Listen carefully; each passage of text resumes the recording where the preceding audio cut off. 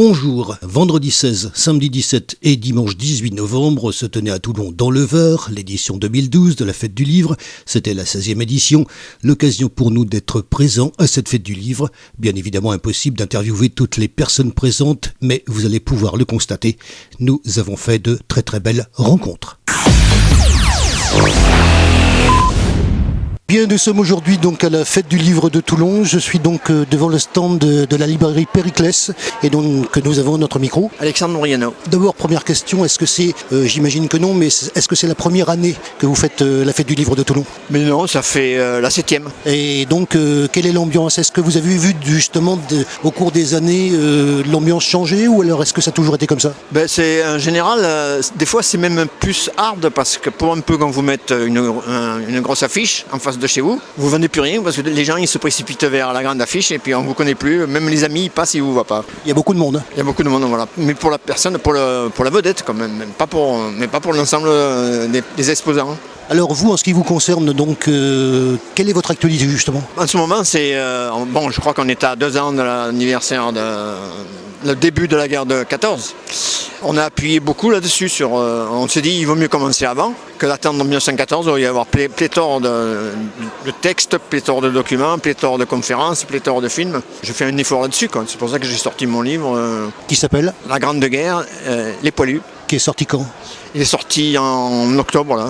C'est tout récent, c'est tout frais. Quelle édition? C'est édité aux Presses du Midi, à Toulon. En gros, parce que bien sûr on va pas dire un petit peu ce qu'il en est, mais une petite trame quand même. Voilà, alors c'est parti d'une amie qui m'a envoyé des documents depuis son château de Bourgogne. C'est très populaire. Et elle me dit Alexandre, j'ai des journaux de la guerre de 40, est-ce que ça t'intéresse? Alors j'ai dit bien sûr, tout document m'intéresse. Elle me dit oui, mais tu sais, mes grands-parents ils étaient pétainistes. Je dis moi ça m'égale, l'histoire c'est toujours l'histoire. Et puis je lui dis envoie. Et puis elle me les a apportés. Il y avait 3 cartons. De la guerre de 40, il n'y a pas grand-chose.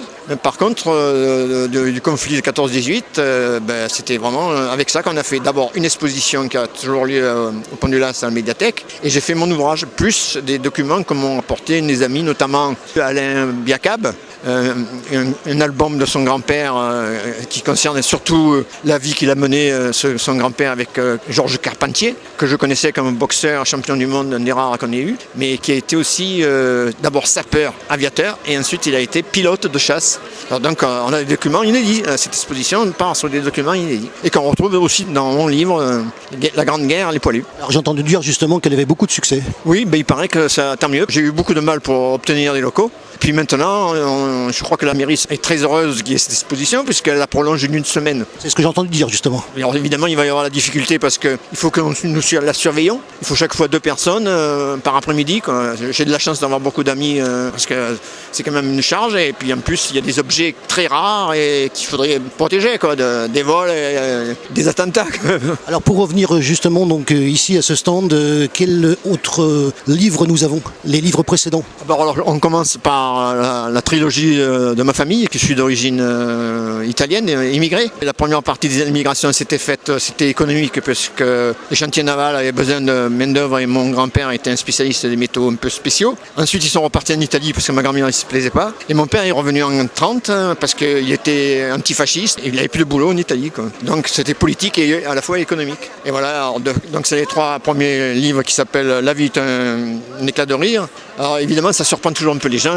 Quoi, tu trouves que c'est marrant la vie? Alors je leur dis écoutez, de temps en temps quand même on fait un peu la fête, il y a un peu la Noël, et puis si on n'aime pas la vie, on prend une grosse gueuse et on se jette dans le port, on se détruit.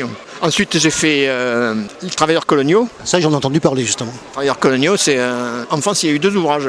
Il y a le mien et puis il y a celui de Pierre Daume qui a de la chance parce qu'il est journaliste. Alors évidemment il y a toutes les portes qui s'ouvrent et moi j'ai du mal à faire reconnaître le travail, sauf des spécialistes, parce qu'il y a des étudiants belges qui l'ont commandé, parce que les Belges ont détruit tout le pire que nous encore, parce que par exemple ils étaient implantés au Mourion sur un camp.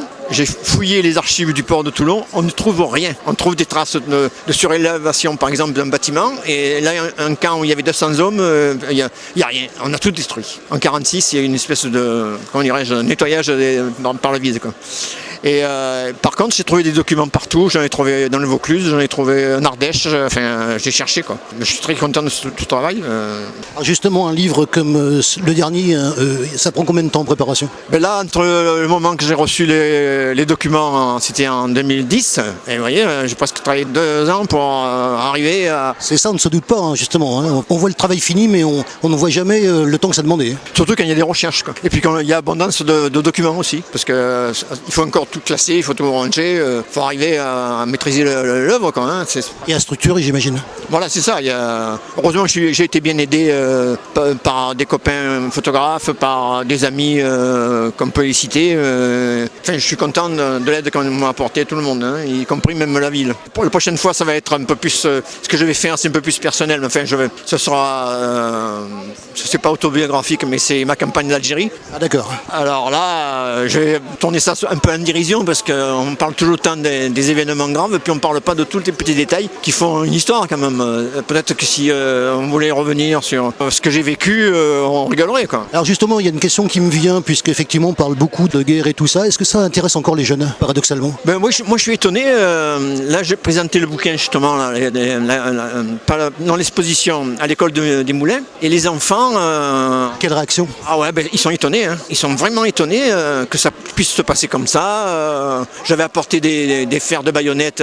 Ils ont tous voulu toucher. J'avais mis des bouchons parce que j'avais peur quand même qu'ils... Voilà, ils sont très intéressés, les enfants. On s'imagine pas, peut-être plus que leurs parents. Peut-être pour eux, c'est pas de l'image, quoi. C'est du réel, c'est des choses qu'on raconte et qui voient. Parce que quelqu'un l'a vécu. Voilà, quelqu'un l'a vécu. Il me reste à vous remercier et puis bonne continuation. Mais c'est moi qui vous remercie de votre interview. Voilà, un grand merci à tous les écrivains qui nous ont reçus sur leur stand. L'occasion aussi de constater que, même si on ne lit pas nécessairement, on peut quand même, et c'est un petit peu ma grande surprise, interviewer les écrivains. Ils savent, comme vous l'avez entendu, vous faire pénétrer dans leur univers. N'hésitez pas aussi à écouter les autres interviews de cette fête du livre 2012. Je vous souhaite une excellente matinée et je vous dis à très très bientôt sur KXTC Podcast.